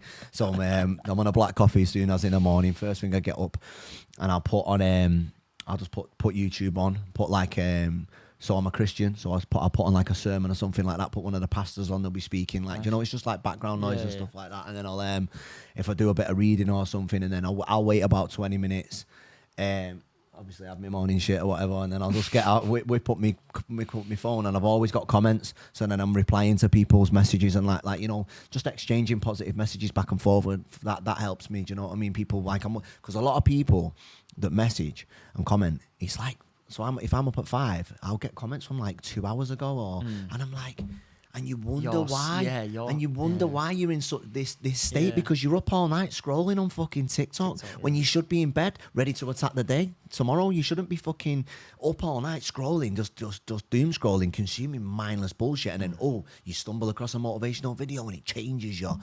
Absolute bollocks. Like, you need to change your body clock, not be up messaging me at 3 a.m. Don't get me wrong, I'm great. I'm doing it. Yeah, I'm great. I'm grateful for the feedback and stuff like that. But like, the day I wake up and I've not got any messages from 2 a.m, 3 a.m. about how you struggling and this and that, and I'm like, mate, like, there's just too many for me to be like. At first, I used to message them like this.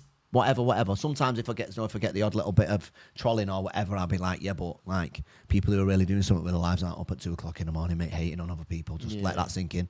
You know what I mean? So like, it's like, I'll answer a few messages and stuff like that, and then I'll shower, stretch, whatever, and I'll go to the gym fasted first thing. But like, after I've said my prayers and stuff like that. But for the first hour, I'm just hydrating, caffeinating, washing, shitting, praying, you know, just getting my mind right. Like, I like to have an hour. Like, I don't understand these people who fly out of bed. Let's say you start work at 7:30 and you're getting up at 7 and you're rushing around, and you're already off. Then before you know it, you hit a bit of traffic and you're stressed, and before you know it, like, your whole morning's ruined. You've not had time to get any food. You've not trained and put your mind in a positive state. Like, you know, I like to get myself up before everybody else and get my mind right by breaking a sweat by eating the right things, by consuming the right content. So when that next person wakes up, when one of my clients first gets up, when the first person I meet and interact with, whether it's the person letting me in the gym or whatever, I'm already vibing high. They're not getting a hello morning. They're getting a fucking hiya mate. Do you know what I mean? Like they're getting the best version of me. So I get up in the morning. I wake up so negative every single day. Every single morning I wake up and I think, fuck, I don't want to get out of bed today. I can't be asked. I have to iron all that out before I go and speak to the rest of the world. So what better time to do it than getting up earlier, attacking all of my problems, eliminating all my negativity through my morning process. So then when I do meet people, they get the version that they deserve. They don't deserve the grumpy version of me that'll rip your head off in traffic or whatever. You know, they get a positive version of me that I've like raised my frequency so high with my morning routine and with my disciplines, and then I can serve people better and stuff like that. So you said a minute ago, I have to ask about obviously the trolls that you end up getting on like social media and whatnot. What are some of the worst feedback that you've got on the internet, and how do you deal with that? So when you get like negative feedback from people, it's very rare that it's an actual person. It's always like a picture of a motorbike or a picture of a cat or something. It's never anybody with anything going on. Like, you've got to understand that like the world that we live in, there's always like social media, and the comment section has made it so easy for all these frustrated little fucking middle-aged men who are still living at home with their mums to have their little say and not get any feedback. When I was younger, no accountability. No accountability and no consequences. The comment section is the no consequence section, because when I was younger and I was coming up, if you were speaking to people the way some people get away with speaking to people in those comment sections, you'd be getting your nose broke. But because nobody's getting the nose broke in those comment sections, they just think it's a free for all. Yeah. And you've got people with not a pot to piss in, hating on millionaires, telling them how to spend their money. It wasn't how many years ago when Ronaldo was at United, and you've got people who've never achieved anything in their life saying he needs to retire. Now what's he on, about 500 grand a day or something? Now on that new contract, like, you know, it's just a fucking frenzy for people who don't believe in themselves, who haven't achieved anything, to just to take shots and take pops at everybody. You know what I mean? So you've just got to take it for what it is, and you've got to think like it never comes from, like, for somebody to drag you down, they've got to be beneath you. It never comes from anywhere. Like, it never comes from a good place somewhere where above. Yeah. It never comes from above, and it always comes from just insecure little fucking idiots. And I just think, you know, all you're doing is projecting your insecurities onto me. You're seeing me do something that you could never do in your life, and you're trying to hate on me and pull me down. Sometimes I'll just blank it, sometimes I'll block it, but then sometimes I'll have a buzz and I'll just be back and forth with him, and I'll be like, you know what? And I swear to God, I got a guy the other day. He messaged me after we was going back and forth a bit and this and that, like arguing. Just back and forward arguing. But I don't go full finger. I'm like, you do realise everybody can see your comment, don't you? You do realise there's thousands of likes and thousands of positive comments, and then there's just you on your own in your mum's box room, sweating it out, stressing out, looking at me thinking, like, I'm like, you're a fan. You could not control your emotions and your little thumbs so much that you had to comment on my reel. I'm not on your page. You've not even posted anything. So how could I be? I said I couldn't comment on one of your reels if I wanted to. I said, I said, you're pathetic. Can you not see it? And then, like, I was going back and forth with this guy, whatever. He started insulting, calling names and stuff like that. I just try and take the fucking high horse and like the intellectual high ground. Make him feel this big. Not that there's a moral high ground in the comment section, because anyone that's bickering in there's a fucking mad ass, and I get sucked in, depending on how I'm doing, do you know what I mean? But then he messaged me saying, "Oh, listen, mate, I've actually like watched a few of your videos, respect for what you're doing and that." He went, "I was a dickhead the other day, mate. I should have known better." And I just said, "You know what? Normally I just leave people in the requests, but I pulled him out and I was like, mate, you know what? It takes a fucking big man to do that, you know." So because you started, we were going back and forward for about a day. I said, and now you've admitted that you're wrong and stuff like that, mate. I just put God bless you. And like some people I message like saying, listen, life's too short. Or I'll comment, I'll say, listen, life's too short to be a troll. When you was little, you didn't want to grow up to be a fucking little loser in the comment section, hating on someone who's trying to make other people's lives better. How can you be negative towards positivity? Do you not see that that's the reason why you're miserable and why you can't control yourself when you see things? God bless you on your journey, and I wish you all the best. And then sometimes they don't reply.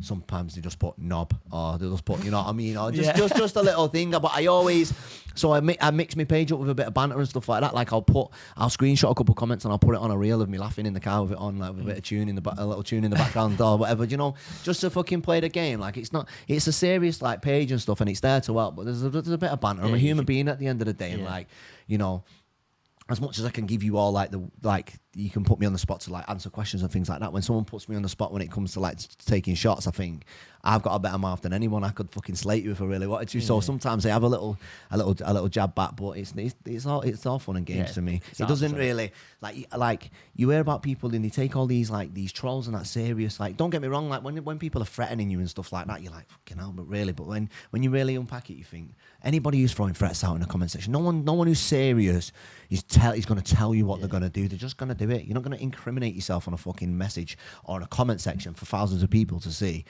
You know, if you're actually about the business and you're going to do something, you know what I mean? Most of the time, it's just little old virgins, mate, just fucking they blowing. Just hurt people as They're well. They're just negative little losers who are just like trying to drag people down. Like, that's when you hear people like, and they're going suicidal and stuff like that off trolls and that, and that breaks my heart more than anything, because I think you're giving in to these little spineless people and they think they've got no intention of following through with the things that they say they're going to do. They can't even follow through probably on their own fucking, you know what I mean? Yeah, they can't even follow through on their own social media and stuff like that, Like, it's mad. So obviously, like you've came from kind of like a redemption story, and I assume that you've got a lot of redemption stories like with the people that you work with. But what have been some of the key highlights for you, whether it be professional or whether it be like people you're working with or yourself? What have been some moments where like what have really stuck with you? It just, you know what, it's the feedback of the people who come to me with the free content and stuff like that, and like the people like, I'm starting to get opportunities now where I'm like going to be doing public speaking and telling my story and things like that, and going into depth about like my own, like you were saying, like a redemption story. It's called the Underdog Tour. It's on the 31st of this month, and it's in Liverpool actually. Yeah. So it's like getting opportunities, and when doors are open and people are like saying like, it's surreal, the support that I get from people, and like the positive, like for every, what like we were saying before, for every like one negative comment there's thousands of good ones. Get people wanting to fucking take selfies with me when they see me out and stuff like that. It's mega, and it's mad because I'm just thinking it's just little old me. I just wanted to put positive messages out there and didn't even think I could get it to this level, not so quickly anyway, not within the last like I was saying, from November 2023. So it's all been a bit like surreal, but it's like it depends on the severity of the person who messages. And like when I get a message, like I got a guy who like his child was self-harming and stuff like that, and then he's shown him my videos and it changed him. Like I've got a video on there talking about hanging in there and things like that, a few things. Sometimes I go deep, sometimes I'm like direct and I'm shouting, but then other times I'm like, look, I've been vulnerable too. I've fucked up too. I've lost everything too. I've been suicidal too. If I can do it, you can do it type shit. Do you know what I mean? And then people resonate with those videos, and then they come back to me like, that video saved my son's life, or someone will message saying my brother took his life 2 months ago, I wish I would have found your page sooner, things like that. Like those sorts of things are surreal and they touch me. But the main thing for me, I always say it, what touches me is when people who look like me, people who come from where I come from, stop me in the street. Because like even still now, like I think like when someone says yo or shouts my name and I'm looking and thinking instantly, what have I done? Instantly thinking, oh shit, it's gonna go left. And then but then it's always like, you talk a lot of sense, you fucking helped me. I had someone pull me at the traffic lights like the other week, and it was a big dude, mate, and I thought, whoa, I just heard my name getting shouted, so I'm looking around, pickup truck right next to me. And he's like, I've got fucking a lot of love and respect for you, you know.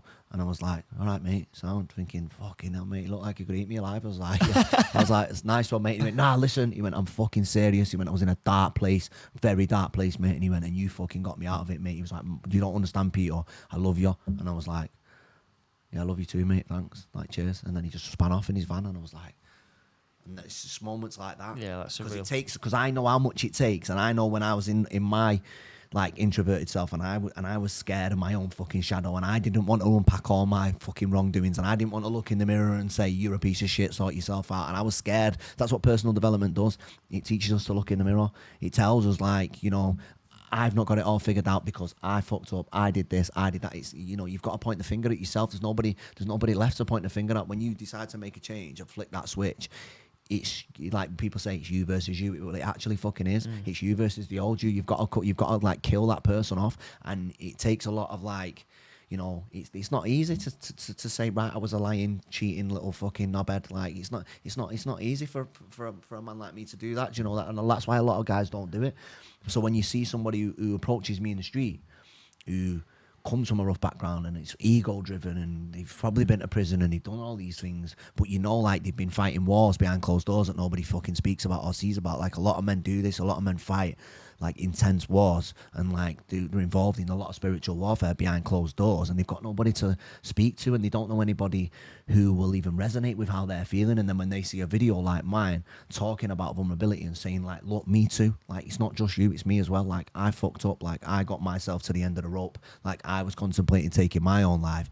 When they hear that and they think, fuck me, like that's me, then they can't help themselves when they see you and they stop you in the street. And like I've had it when it's been like 3 or 4 people who I've had like squabbles with when I was younger, and I've been sat with like an ex, we was my girlfriend at the time, just innocent little thing, we sat having a meal, and like I was sat facing the door in a cafe and 4 lads have walked in, and I thought, oh my God, it's going to kick off. Like instantly shit myself, thinking like, I was looking around, I didn't have nothing. I just thought, oh man, she doesn't even realise this is going to go really bad in a minute, based on past experiences and based on my old life and things like that, and like other things that I've been through. I thought, oh shit, instantly just think the worst straight away. I think that's like a defense mechanism. I think that's like a habitual thing anyway for men. Like you always think worst case scenario. I think people do that. Like I was saying before, 90% of the worries, whatever. Like it was like a worry moment, and then they've come stood next to me, and I just heard one of them say my name, and I've just looked like that. And he's gone, are you an influencer now? Yeah. And I just thought, oh, I went, nah, not really. But nah, you are. He went, I've seen a few of your videos. He went, you know what? You talk a lot of sense. And put his hand out like that. And I just like shook his hand like that. And I thought, thank for that. I swear. I felt like all the colour drained out of me as soon as they walked in. But then when it was time to like, when I realised that it was cool, I was like, whew. And she's just like eating the food. No, didn't even know. Yeah, didn't even. And I'm thinking, this table was about to get flipped, and you don't even know. Do you know what I mean? But then, like, those are the moments that I'm grateful for. Like, it's like, you know, it's like a transformation. At least for me, seeing it, it's like a transformation of like an extreme from one extreme to another. Because I always felt like I was the fall guy in the wrong areas. I was always the one who would like jump in the stolen car. I was always the one who jump in the fight first. I was always trying to prove myself and get validation from people, and by doing all the wrong things, always trying to act up and be the funny guy and the class clown, and you know, trying to be the flash guy when if I ever had a bit of money or whatever. I was always trying to seek validation from external I was always trying to seek validation from external sources, when really the only way you can get it is by giving it to yourself first. And I always say that to people, pour into yourself first, and the game changes. And as soon as I started to pour into myself first, develop myself, and then put that person online, not the little fuck up who was trying to fit in all the time, and I actually like unpacked all my own bullshit and unpacked my insecurities, and I thought, you know what, I'm going to share this with people. And when I started to do that, then I got more validation than I ever have, than I ever have acting hard, than I ever had trying to be the gangster or trying to be the violent guy or the funny guy or the flash guy grabbing the wrong types of birds or whatever. Like, I've never had so much validation now than actually like putting my hands in the sky and being. I'm like the fall guy, but in a positive way now. I'm like saying, look, if I can fucking do it, so can you, type thing. And like it's the most rewarding thing in the world. Like fulfillment that you get from that is just it's unmatched. Just to summarise with the last few questions now, can you give like a brief summary? If someone was to come to you, give a brief summary of the 3 first key steps that they should take to change their mindset. Just be honest with yourself. That's the main thing. And understand that every single thing you've been through is just evidence that you can survive, that you possess resilience, that because you've survived 100% of the things that you thought were going to end you. When you was depressed, when you was at the bottom of a bottle, when you went through that breakup and you thought you'd never get over that girl or that person or whatever, you did. So don't keep leaning on it. Don't keep like, you know, paying the price for a bill that you've already fucking paid. Just get that out of your system first and foremost. Like, you're not a victim, you're a fucking soldier. So always remember, like, the things you've been through, the like badges of honor, the stripes, the fucking war medals, the proof that you possess resilience. And not a lot of people do, because a lot of people would have fucking folded like 4 or 5 events ago. Do you know what I mean? But like I always say, like, you're still here now to tell the story. And if you are seeking motivation, like, how fucking strong do you have to be to actually want change? You know what I mean? If you're gonna start by actually being proud of yourself that you've not rolled over and you're actually looking for a change. Because like, if someone was gonna come to me and they wanted to start, like, that's got so much power in itself, because you're choosing you're saying, right, enough's enough now.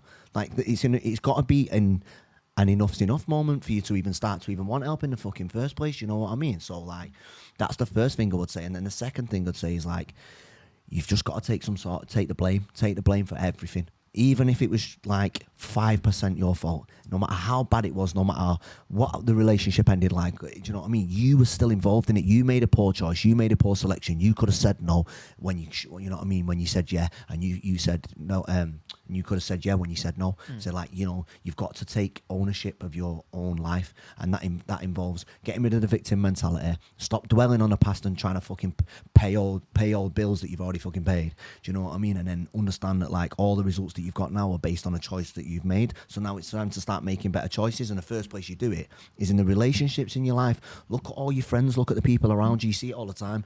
You know, some of the 5 people you spend the most time with. Who do you spend the most time with? Probably the person you're in a relationship with. Is that person motivating you every single night? Is that person encouraging you? Or is that person trying to get you Uber Eats every single night and fucking keep you up on Netflix all night? Or are they trying to push you, saying, nah, baby, better than that. Come on, you need to be doing this. Are they motivating you? Are they trying to build you up, or are they tearing you down? Because most people in your life are either, if they're not adding, most of the time they're taking away.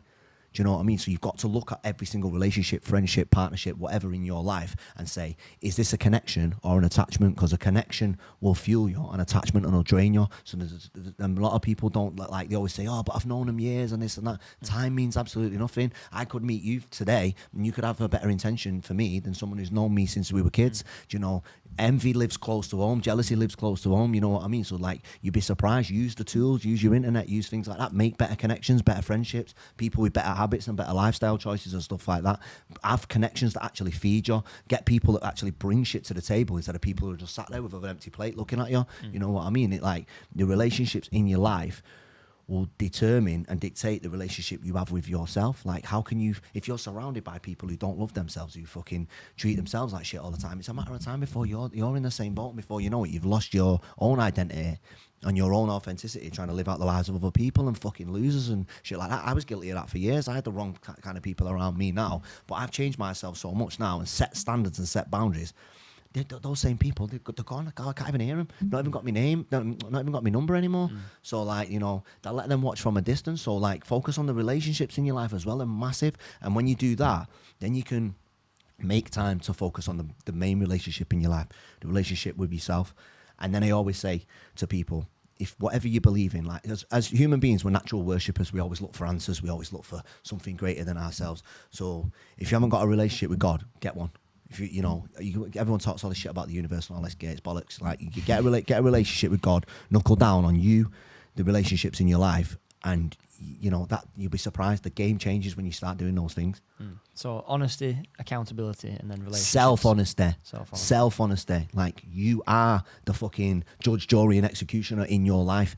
You've not cut people off when you've give people second, thirds, 7 fucking chances, some people, and then you're wondering why you're still getting walked all over. You know, if you've got a big heart, you've got to protect it. You can't just let anybody come into your life. You won't let some fucking randomer come in your house and walk shit all through your house, do you? So why would you let someone do it in your life? You know, do you know what I mean, bro? Yeah, I understand exactly what you mean. Brilliant, mate. We always end with the last 3 questions. So what's the worst advice you've ever been given? Fucking hell. Wow. Oh, mate. Fucking hell, I've been given so much advice. Fucking hell, it depends, mate. I don't know if I can say it on camera. Have a go with this. Oh, 2 words. It's sweet. Yeah. No, all right. What's the best advice you've ever been given? Just forget about the opinions of other people. The opinions of other people, oh my God, that shaped my life pretty much for like the best parts of my life. I was like, listen, like, to say forget about the opinions of other people's bullshit. Everybody says that, but positive opinions can feed you. It's the negative opinions of other people. And more time, it's like the worrying about these maybe opinions, the would-be opinions, because anybody who's like going to be negative towards you is never going to be a supporter or buy a ticket, you know, come to one of your shows or be a customer or even get behind you or share any fucking posts. So if you're worried about people like that, what they might say, how they might receive you and receive your work and your messages and stuff like that, you're wasting your fucking time. You're robbing the world of what makes you every time you let people's opinions or would-be opinions shape the way you behave on a day-to-day basis. So people's opinions or the would-be opinions, the negative opinions, just forget about that. Because people are, like I was saying before, people were telling Ronaldo to retire 3-4 years ago, and he's the most fucking highest paid player in the world now. He's do you know made what I mean? more money in them 3-4 years than he did. Yeah, he's made more money in those in the 3-4 past years as he 15. has for fucking in the past decade. Yeah. Do you know what I mean? So, like, you know, there's always going to be no matter what you do, there's always going to be somebody with something negative to say. Like, you could be, you could have the biggest charity, the most well-known charity in the world, and people would be like, yeah, but it's not a non-profit though. Do you know what I mean? Like, you know, you could be fucking curing cancer, and they'd be like, yeah, well, he's not. You know what I mean? There's always some fucker with someone something to say. You know what I mean? It's bollocks. So just, like, the best advice you could ever give is just the opinions of other people hold you back. It held me back for 6 months. I didn't put no videos out because I was worried about how it may be received. But the sooner you just get that out of the way and start, like we were saying, starting is everything. Once you start by starting, man. Yeah. 100% agree. Fully agree. And then last question. What is the meaning of life? The meaning of life is finding your purpose, and the purpose, I think, especially for men, is becoming the man that you always needed when you was younger and passing that man down. Or passing it across. It doesn't have to be down, across. Pass it to everybody. Everybody you meet, everybody you interact with should get that person. You know, you should be looking to leave a mark. You know, every single generational curse gets broken by one person, and it doesn't have to be like, you don't have to be a millionaire financially, this and that. You just have to break those traumas and break those things, like we were saying before. Otherwise, you're going to pass them down.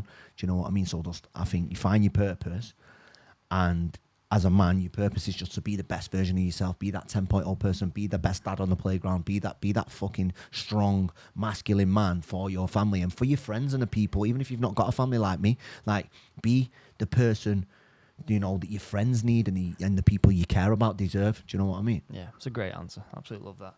And then lastly, what's next for you and where can people find you? So, my name on social media is Peter G Knows, like knows as in knows it all. And so you can get on my DMs if you want any coaching, or if you want to know anything more about my communities or any upcoming events and stuff like that. There's an event at the end of the month, the 31st of July. That's a Thursday, where I'm going to be on stage with like 3 other like proper amazing speakers, and we're going to be telling our real life underdog stories. Like, you've heard quite a bit on this podcast and stuff, but we're going to be really like delving into certain topics and lessons that I've learned over the years and things like that, and sharing it in a room full of people. And it's going to be a night to remember, like, and it's the first of many. So where's that location? Where is it? It's at a club in Liverpool. Right, okay. Brilliant. We'll post it in the video, but yeah, brilliant. Yeah, we'll put it in the description or something like that for the viewers, man. Anybody's welcome down, especially if you already support my page, or you know, you want to come down and actually meet me in person. I'd be great. I'd be so grateful. Perfect. All right, Peter, you've been an absolute pleasure, mate. Thank you very much for coming on. Thank Cheers, you, mate.